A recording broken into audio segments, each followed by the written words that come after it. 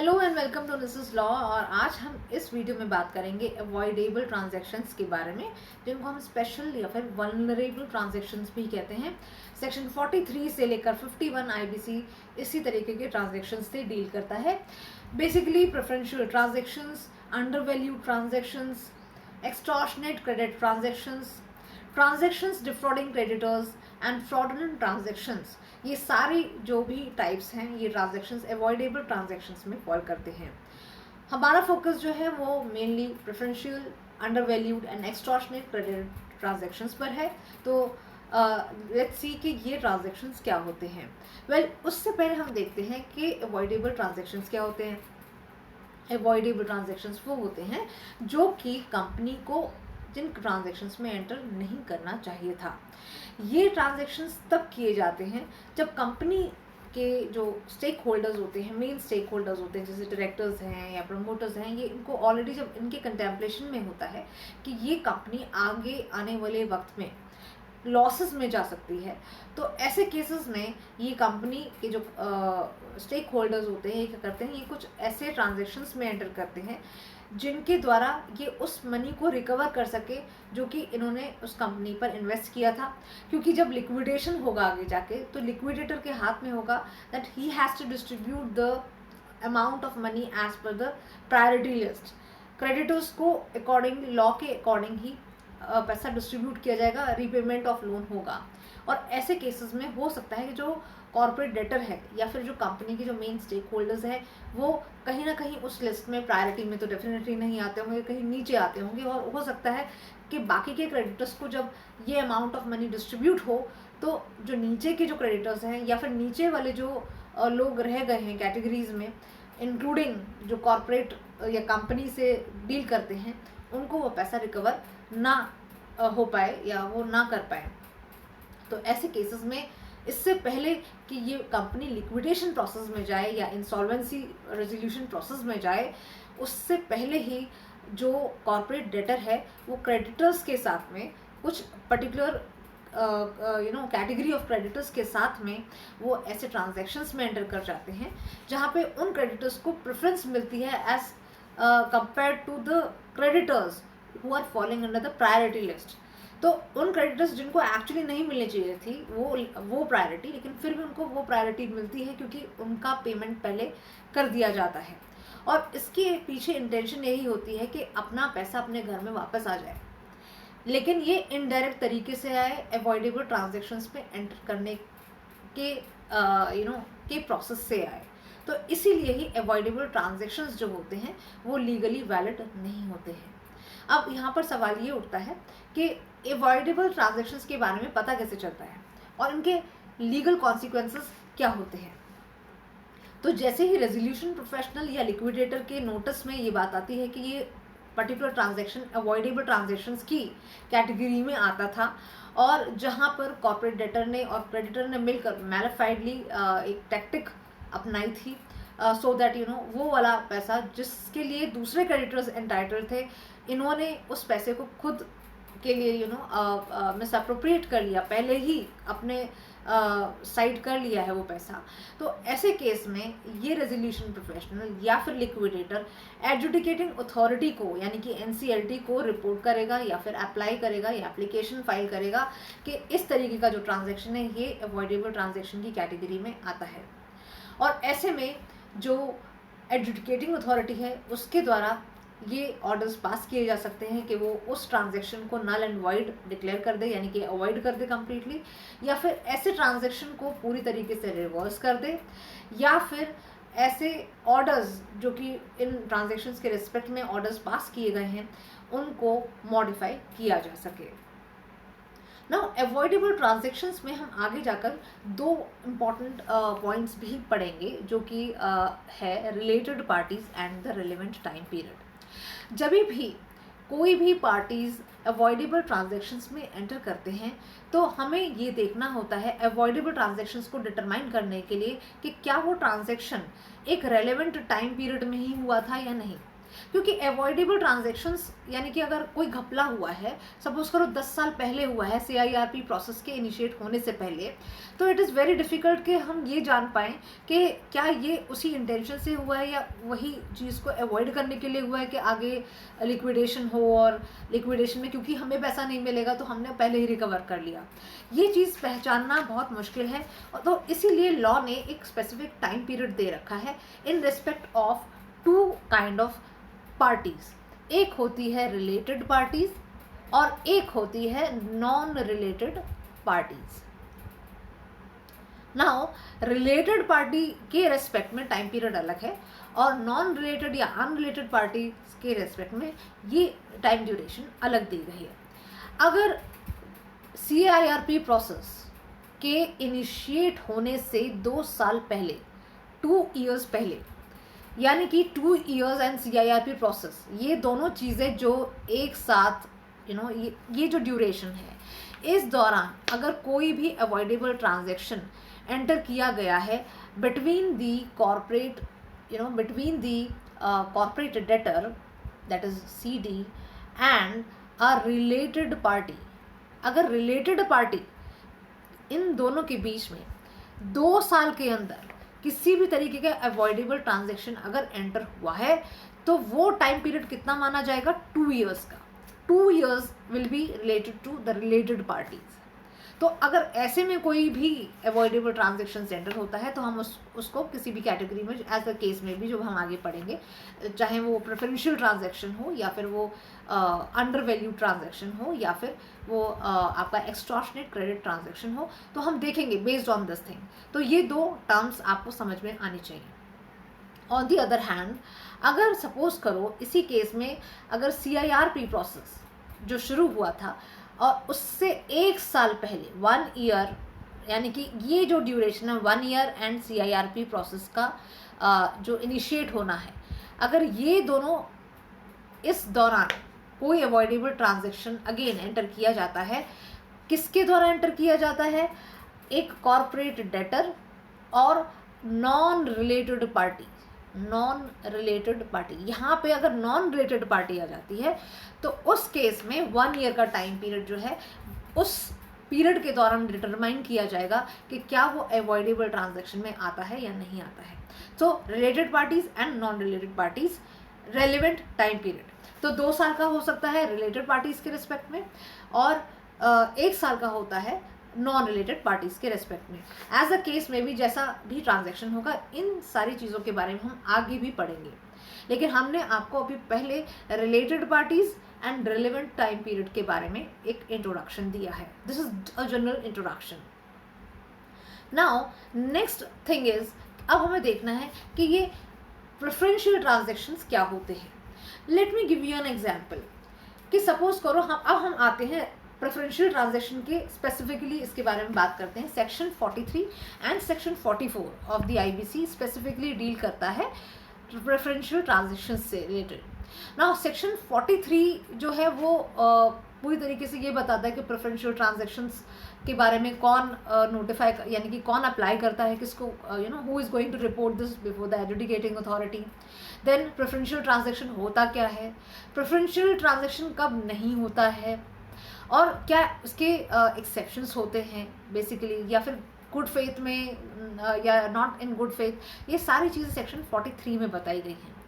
On the other hand section 44 जो है वो बताता है legal consequences of preferential transactions.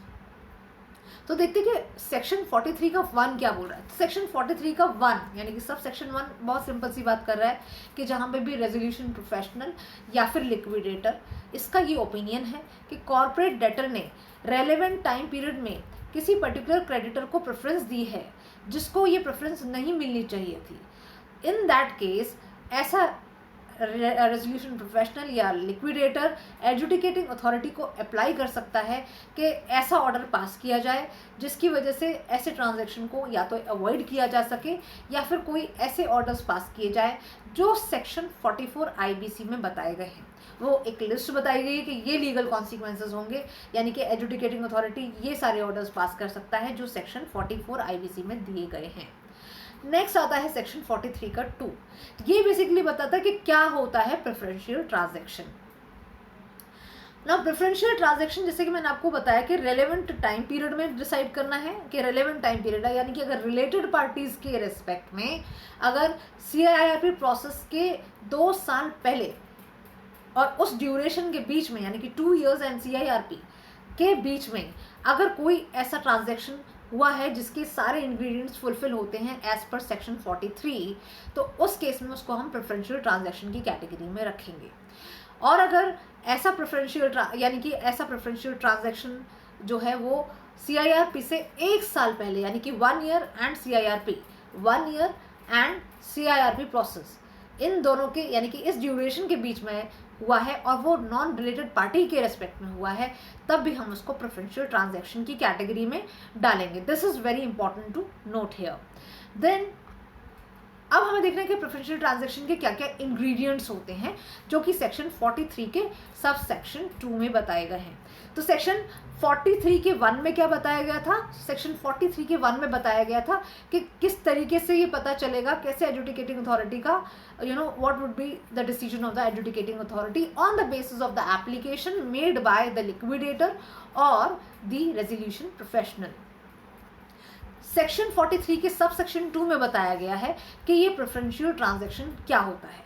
तो कहा गया है कि इसके इंग्रेडिएंट्स ये हैं कि कब माना जाएगा प्रेफरेंशियल ट्रांजैक्शन है जब एक कॉर्पोरेट डेटर ने कोई प्रॉपर्टी या फिर कोई इंटरेस्ट प्रॉपर्टी या फिर कोई भी इंटरेस्ट ट्रांसफ़र किया है। कहाँ पर ट्रांसफ़र किया है? For the benefit of the creditor, surety और गारंटर। इन तीनों कैटेगरीज में से किसी व्यक्ति के बेनिफिट के लिए ये इंटरेस्ट या प्रॉपर्टी ट्रांसफ़र की गई है। तीसरी चीज़, for an account of antecedent date. Now antecedent means किसी पास्ट डेट के रेस्पेक्ट में ये प्रॉपर्टी या इंटरेस्ट किसी क्रेडिटर या श्योरिटी या गारंटर के फेवर में, बेनिफिट में ट्रांसफ़र किया गया था और ये जो डेट थी ये एंटीसीडेंट यानी कि कोई पास्ट डेट थी और ये डेट फाइनेंशियल डेट भी हो सकती है या ऑपरेशनल डेट भी हो सकती है या कोई और लायबिलिटी भी हो सकती है जो कि कॉर्पोरेट डेटर ने इस क्रेडिटर से, श्योरिटी से या फिर गारंटर से ली थी। तीसरी जो इम्पॉर्टेंट यहाँ पर इंग्रेडिएंट है वो ये है कि जो ऐसा ट्रांसफ़र था ना उसकी वजह से इफ़ेक्ट क्या हुआ, इसकी वजह से ये क्रेडिटर, श्योरिटी या गारंटर ऐसी पोजीशन पर आ गया जो कि उसके लिए बेनिफिशियल पोजीशन थी एज कंपेयर टू दूसरे लिस्ट ऑफ क्रेडिटर्स जो कि पहले उनको प्रेफरेंस मिलना चाहिए था, लेकिन ये दूसरे कैटेगरी ऑफ क्रेडिटर्स को प्रेफरेंस पहले मिल गया जिनको एक्चुअली नहीं मिलना चाहिए था as per section 53 of the IBC। ना अगर मैं आपको एक समराइज्ड सेक्शन 53 बताऊं तो सेक्शन 53 एक्चुअली प्रायोरिटी लिस्ट, जिसको हम वाटरफॉल अरेंजमेंट भी कहते हैं, बताता है कि जब लिक्विडेशन हो जाता है ना किसी कंपनी का तो उस केस में क्रेडिटर्स को पैसे अब पे बैक करने हैं। अब सपोज करो एक क्रेडिटर है, सबसे पहले तो एक्चुअली सेक्शन 53 के हिसाब से लिक्विडेटर होता है या रेजोल्यूशन प्रोफेशनल होता है जिसका पैसा सबसे पहले पे किया जाता है जब लिक्विडेशन प्रोसेस आता है। फिर सेकंड, उस कैटेगरी में जो सेकंड पर्सन होता है वो कौन होता है? वो वर्कमैन होते हैं एंड साथ में जो एम्प्लॉयज़ होते हैं, एम्प्लॉयज़ ऑफ द कंपनी। तो ये सारे लोग होते हैं सेकेंड में। थर्ड उस लिस्ट में आता है सिक्योर्ड क्रेडिटर। सिक्योर्ड क्रेडिटर ये थर्ड पॉइंट पर आता है यानी कि थर्ड लेवल पे आता है। यानी कि जितना भी सपोज करो कंपनी ने लिया था 10 लाख का 10 करोड़ का loan, 10 crore of loan was taken by the company from various creditors, creditor number 1, 2, 3, 4 and so on, right. अब इस लिस्ट, इस क्रेडिटर के लिस्ट जो थी, इस लिस्ट में जो सबसे पहले आता है वो तो लिक्विडेटर ही आता है, देन एम्प्लॉयज़ एंड वर्कमैन आते हैं, देन सिक्योर क्रेडिटर आता है। अब सपोज करो इस तरीके से करते करते लास्ट में जो रेजिडुअरी जो पर्सनस हैं वो आ रहे हैं और हो सकता है कि वो एक्चुअली कंपनी से ही डील करते होते हैं लेकिन उनको बाद में मिलेगा। तो अगर 10 करोड़ का लोन लिया है और and they are not able to pay that money, तो यहाँ पे सपोज करो कंपनी ने after getting into so much of loss, अब कंपनी के पास खुद ही 7 करोड़ रुपए रह गए हैं, 10 करोड़ तो है ही नहीं, सो 7 करोड़ अब उसको डिस्ट्रीब्यूट करने हैं। तो ऐसा तो नहीं है कि सारे क्रेडिटर्स को पैसे मिल जाएंगे। So what would happen is के पहले कौन सा क्रेडिटर आएगा पहले देखा जाएगा उस प्रेफरेंस लिस्ट में सेक्शन 53 में। तो पहले उस फर्स्ट पर्सन को पे किया जाएगा, देन जो सेकंड क्रेडिटर होगा देन उसको पे किया जाएगा। सपोज करो फर्स्ट एंड सेकंड क्रेडिटर से ही इन लोगों ने कॉर्पोरेट डेटर ने जो अमाउंट ऑफ मनी लिया था वो कितना लिया था, से 3 करोड़ इससे लिया था और से 4 करोड़ इससे लिया था। तो अब यहाँ पर 3 and 4 को ही पेमेंट करके ही इनका पैसा खत्म हो गया 7 करोड़।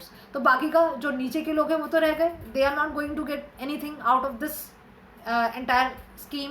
तो ऐसे केस में इसीलिए ही जो कंपनी के जो कॉर्पोरेट डेटर्स होते हैं, यानी कंपनी होती है कॉर्पोरेट डेटर्स होते हैं, वो इसीलिए ही प्रेफरेंशियल ट्रांजैक्शंस में एंटर कर जाते हैं, ताकि ऊपर वाले क्रेडिटर्स को छोड़कर जो नीचे खुद रह गए हैं, खुद के लोग हैं या खुद से रिलेटेड जो पार्टीज हैं, अगर वो उस लिस्ट में है तो उनको पैसा दे दिया जाए अवॉइडेबल ट्रांजैक्शंस में एंटर करके, ताकि अपना पैसा खुद अपने पास में आ जाए bye implementing such kind of fraudulent tactics.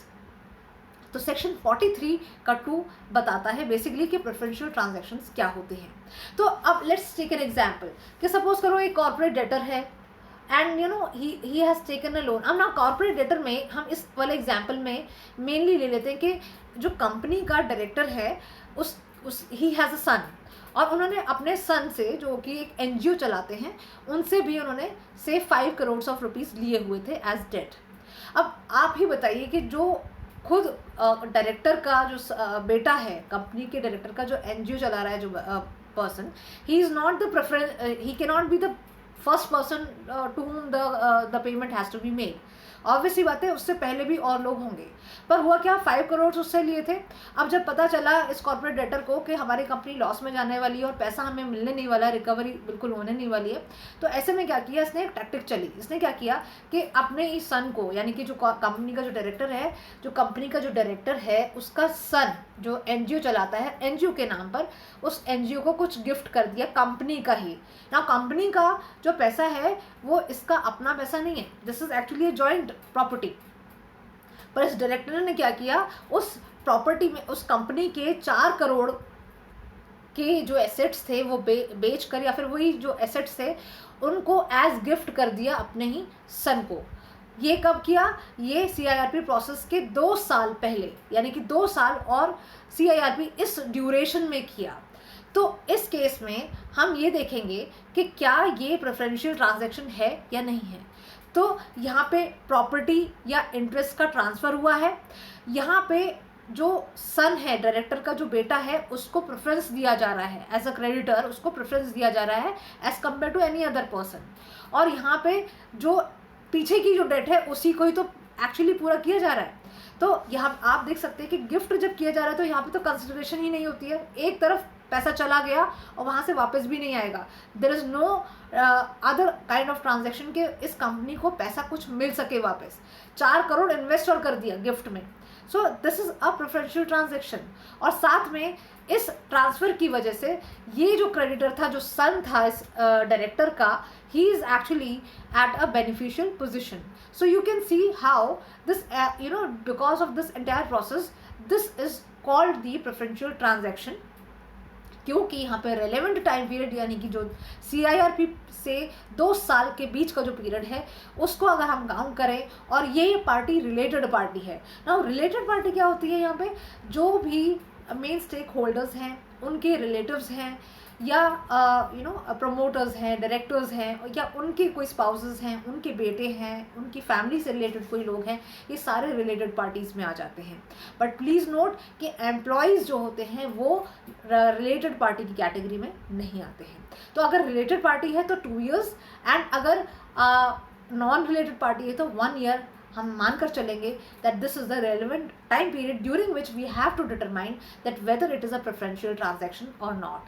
या फिर एक और एग्जांपल लेते हैं कि सपोज करो कि ये जो अभी हमने कॉर्पोरेट डेटर की जहाँ पर बात की थी, इस कॉर्पोरेट डेटर ने CIRP प्रोसेस के इनिशिएट होने से 2 साल पहले, यानी कि 2 साल एंड CIRP प्रोसेस के बीच में रिलेटेड पार्टी से ही 6 months पहले CIRP प्रोसेस जब शुरू हुआ था उससे 6 मंथ्स पहले ही इसी तरीके के कोई ट्रांजैक्शन में एंटर किया।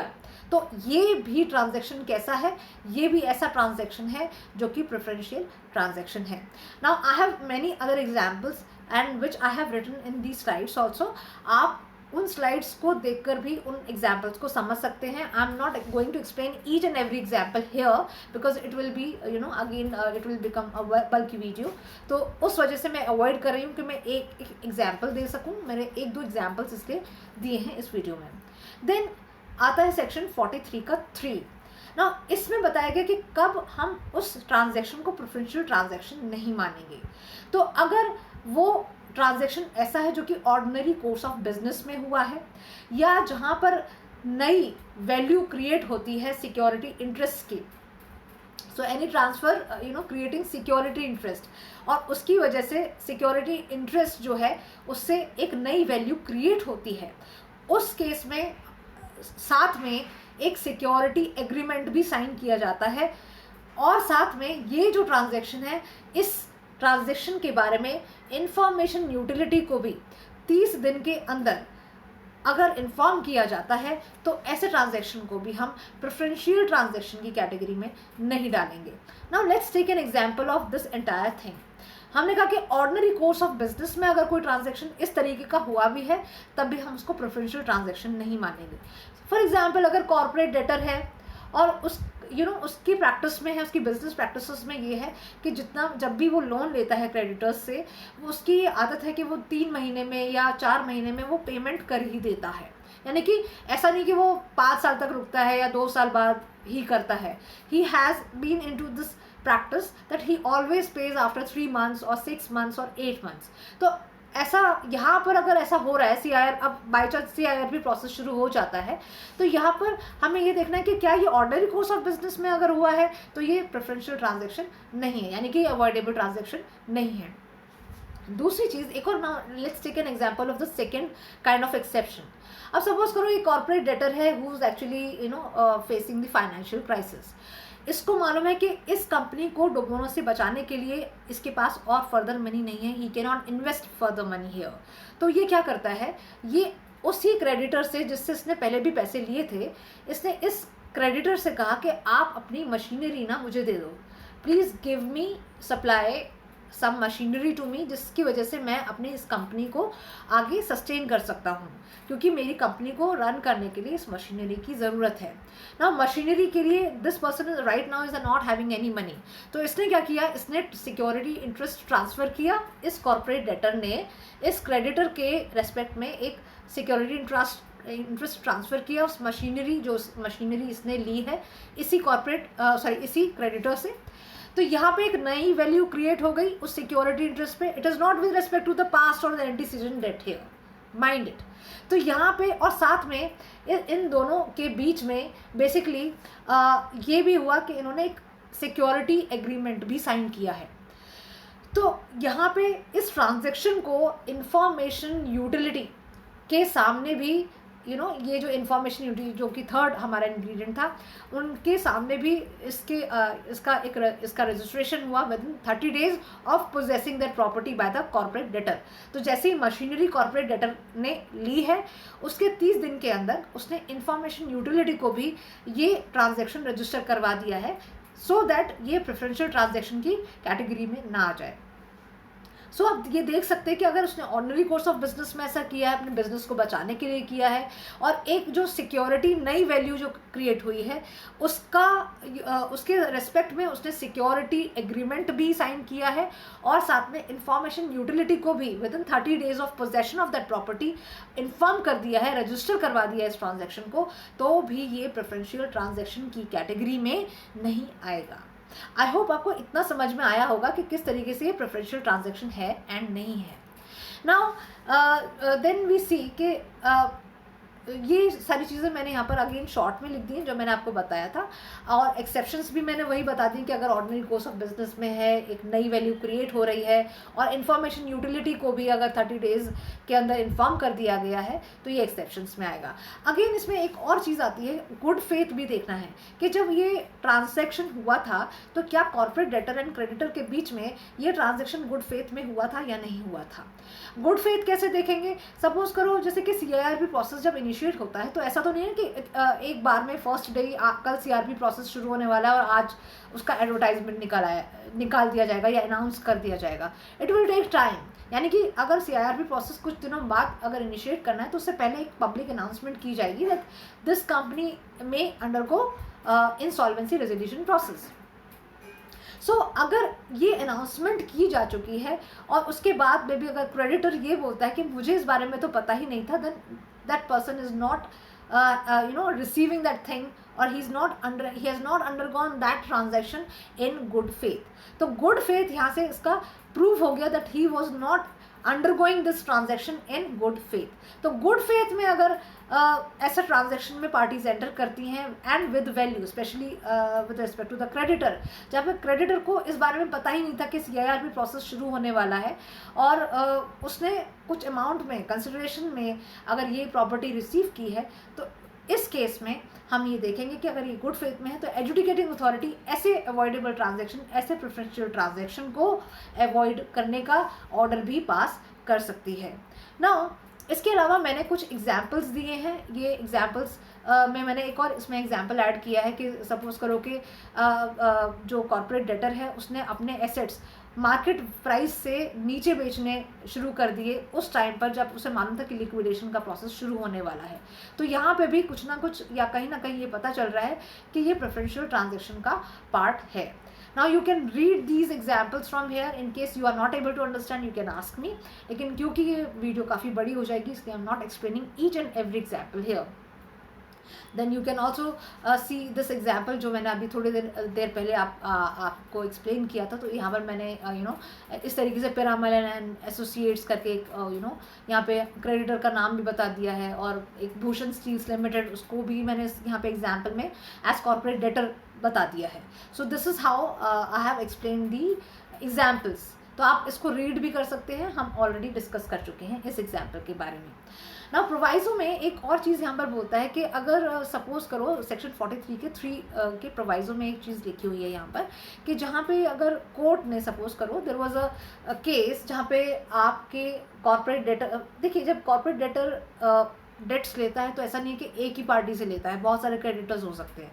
सपोज करो he has taken the loan from first, second and third creditor, ये 3 क्रेडिटर्स हैं उसके, राइट। अब यहाँ पे सपोज करो कि सेकंड नंबर का जो क्रेडिटर है he actually filed a suit against the corporate debtor, corporate debtor के खिलाफ उसने एक सूट फाइल कर दिया। अब यहाँ पे एंड ही वन, जो सेकंड वाला जो है creditor, and he won that case, और यहाँ पे कोर्ट ने considerable amount of money corporate debtor को ऑर्डर किया कि that he should transfer that money to creditor number 2। बाद में लिक्विडेटर या रेजोल्यूशन प्रोफेशनल को ये पता चलता है कि ये तो अवॉइडेबल ट्रांजैक्शन था या प्रेफरेंशियल ट्रांजैक्शन था, तो कोर्ट के ऑर्डर होने के बाद में भी वो ट्रांजैक्शन जो है वो प्रेफरेंशियल ट्रांजैक्शन की कैटेगरी में आ सकता है, इवन दो कोर्ट ने पहले ऑर्डर किया था कि उस कॉर्पोरेट या उस क्रेडिटर को पेमेंट की जाए as per the order of the court. लेकिन अगर लिक्विडेटर या रेजोल्यूशन प्रोफेशनल को बाद में ये बात उसके ऑब्जर्वेशन में आती है कि ये ट्रांजैक्शन तो अवॉइडेबल ट्रांजैक्शन था या प्रेफरेंशियल ट्रांजैक्शन था, तो उस कोर्ट के ऑर्डर को के होते हुए भी उस ट्रांजैक्शन को हम प्रेफरेंशियल ट्रांजैक्शन ही मानेंगे। This is what section 43(3) proviso is speaking. Then आते हैं नेक्स्ट कैटेगरी में, the next slide, that is legal consequences. अगर हम देखें यहाँ पे लीगल कॉन्सिक्वेंसेस के बारे में, so it is actually giving a huge list के लीगल कॉन्सिक्वेंसेस क्या होंगे, लेकिन इसमें आपको अगेन कंफ्यूज होने की ज़रूरत नहीं है। इसमें वो सारी चीज़ें जो हैं रिस्टोर हो जाएंगी जो भी ऑर्डर्स पास किए गए थे या फिर होने वाले थे। या फिर कह सकते हैं कि जो ट्रांजैक्शंस हुए थे उनको नल एंड वॉइड कर दिया जाएगा, उनको वापस से रिस्टोर कर दिया जाएगा। सपोज करो फॉर एग्जांपल यहाँ पर लिखा है कि liquidator would file an application to the adjudicating authority and therefore following orders may be passed. कह रहे the property so transferred to be vested in corporate debtor, यानी कि जो प्रॉपर्टी इस अवॉइडेबल ट्रांजेक्शन यानी कि प्रेफरेंशियल ट्रांजेक्शन के दौरान जिस प्रॉपर्टी का ट्रांसफ़र हुआ था उसको कॉर्पोरेट डेटर को कहा जाएगा ये जो है इस प्रॉपर्टी को वापस उसी पोजीशन पर ले आओ। यानी कि जो कॉर्पोरेट डेटर ने जो प्रॉपर्टी ट्रांसफ़र कर दी थी किसी क्रेडिटर को, अब क्रेडिटर को ही ऑर्डर दिया जाएगा कि now you restore back this property to the corporate debtor again. इसी तरीके से सेकंड बता रहा है the property that represents the application of proceeds of sale of property so transferred और money so transfer to be vested back to the corporate debtor. यानी कि suppose करो कि एक जब कॉर्पोरेट डेटर ने यहाँ पर ऐसा किया था व्हेन क्योंकि अवॉइडेबल ट्रांजैक्शन था, प्रेफरेंशियल ट्रांजैक्शन था मेनली, तो यहाँ पर जब उसने किसी भी क्रेडिटर के नाम पर उस इंटरेस्ट को या प्रॉपर्टी को ट्रांसफ़र किया और बाद में हुआ क्या कि ये जो ट्रांसफर्ड प्रॉपर्टी भी है ना इसको भी आगे क्रेडिटर ने किसी और को बेच दिया। तो अब यहाँ पे कोर्ट कह रहा है कि आप हमें नहीं मालूम है या ट्रिब्यूनल कह रहा है that we you have to restore back this property to the corporate debtor. चाहे आपने जो ये प्रॉपर्टी फर्दर बेची थी ना, फर्दर जो सेल की थी, आप उसके प्रोसीड्स को लेकर आइए और वो पे बैक कीजिए उस कॉर्पोरेट डेटर को, यानी कि उस पूरे ट्रांजेक्शन को हमें अब नल एंड वॉइड करना है। इसी तरीके से रिलीज और discharge of security interest created by the corporate debtor, क्योंकि सिक्योरिटी इंटरेस्ट क्रिएट किया गया था। सिक्योरिटी इंटरेस्ट इस तरीके से क्रिएट किया गया था जैसे कि प्रेजेंट कोई इंटरेस्ट हो, लेकिन ये तो हम बात कर रहे हैं एंटीसीडेंट डेट्स के रिस्पेक्ट में ही अगर इस तरीके का कोई ट्रांजैक्शन हुआ है तो अगेन उसको रिलीज़ किया जाए या उस सिक्योरिटी इंटरेस्ट को भी डिस्चार्ज किया जाए। सिक्योरिटी इंटरेस्ट मीन्स किसी भी चीज़ के ऊपर कुछ आपका क्लेम बनता है। फिर फोर्थ क्या लीगल कॉन्सिक्वेंस है that require any person to pay such sum in respect of which the benefits are received from the corporate debtor. यानी कि कोई भी बेनिफिट अगर रिसीव किया गया है तो वो भी पे बैक करना पड़ेगा, या कोई गारंटर है, श्योरिटी है, तो उनको भी उसी वाली जो पहले वाली पोजीशन है उसमें रिस्टोर बैक कर दिया जाएगा। So these are actually the legal consequences of the preferential transactions. I hope आपको इस वीडियो से प्रेफरेंशियल ट्रांजैक्शंस का कंसेप्ट टू सम एक्सटेंट समझ में आया होगा। इन केस आपको कोई डाउट है तो आप मुझसे क्लास में भी पूछ सकते हैं या कमेंट्स में भी पूछ सकते हैं। And for the timing thank you so much for watching this video. आने वाले पार्ट्स में under value transaction and extortionate credit transaction के बारे में भी हम बात करेंगे। Thank you.